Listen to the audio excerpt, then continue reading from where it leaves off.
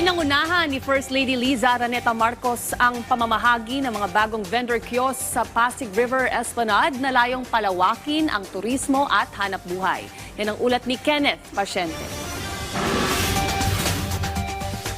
Turismo at hanap buhay. Iyan ang target ng mas pinalawak at mas pinaganda pang Pasig River Esplanade.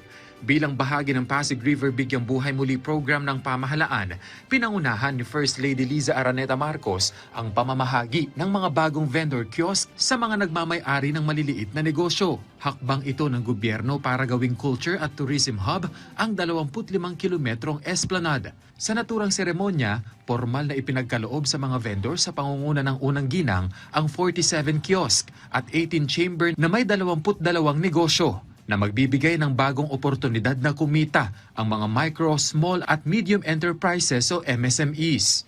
Mula sa dating tent, gawa na sa bakal at kahoy ang mga kiosk na magbibigay sa mga vendor ng mas ligtas, mas matibay at mas maayos na mga espasyo sa kanilang negosyo. Malaking bagay at tulong ito para sa mga small business owners. Ang ganda ng nilaki at ginanda ng Pasig River Esplanade. Masaya kami na nabigyan kami ng pag-asa na katulad namin, mga small business, nagkaroon kami ng pagkakataon din na kumita.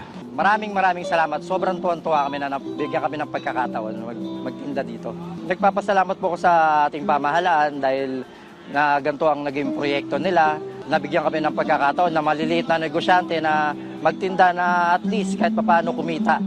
Sa kabuuan, may 80 kiosk na itatayo sa kahabaan ng Riverwalk na magsisilbing lugar para sa iba't ibang uri ng negosyo, kabilang ang mga food stall, grooming at salon services, novelty at flower shops, at mga tindahan ng mga lokal na produkto at sining. Bukas sa publiko ang Pasig River Esplanade araw-araw, habang isinasagawa naman ang mga komersyal na operasyon mula alas 4 ng hapon hanggang alas 12 ng hating gabi.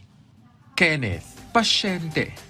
Para sa Pambansang TV, sa Bagong Pilipinas.